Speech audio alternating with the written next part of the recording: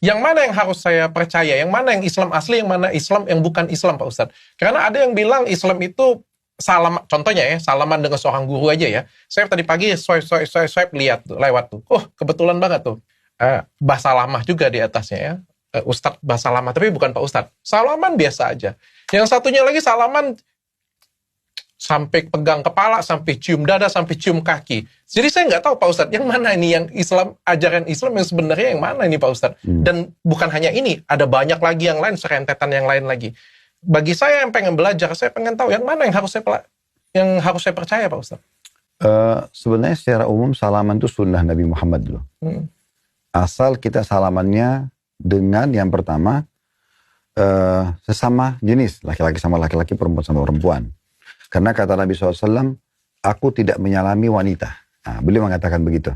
Berarti sebagai contoh untuk umatnya, laki-laki jangan sembarangan salaman sama perempuan. Salaman sebenarnya bagian daripada sunnah Nabi. Cuman memang ada batasan-batasannya.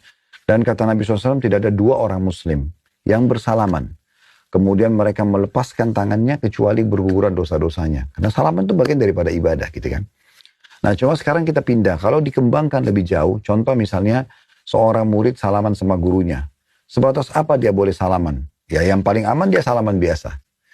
Tapi boleh nggak seorang murid cium tangan gurunya? Boleh, bukan tidak boleh. Ya kan? Tapi jangan sampai berlebihan.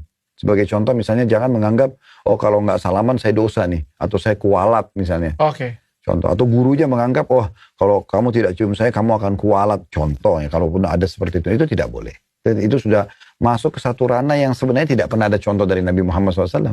Oh. Sahabat salaman dengan Nabi, iya. Pernah ada riwayat berpelukan sama laki-laki gitu kan. Saling menghormati. Tadi mungkin dokter salaman sama saya contoh. Nah itu seperti itu masih oke-oke saja gitu. Kalau kami misalnya dulu kan saya belajar di Madinah. Kami diajarkan oleh guru-guru kami di sana, ulama-ulama yang kami belajar. Walaupun mereka tuh sudah doktor, profesor, pasti salamannya biasa aja. Kami masih mahasiswa tingkat 1 kuliah pun kalau salaman itu udah disuruh salaman biasa.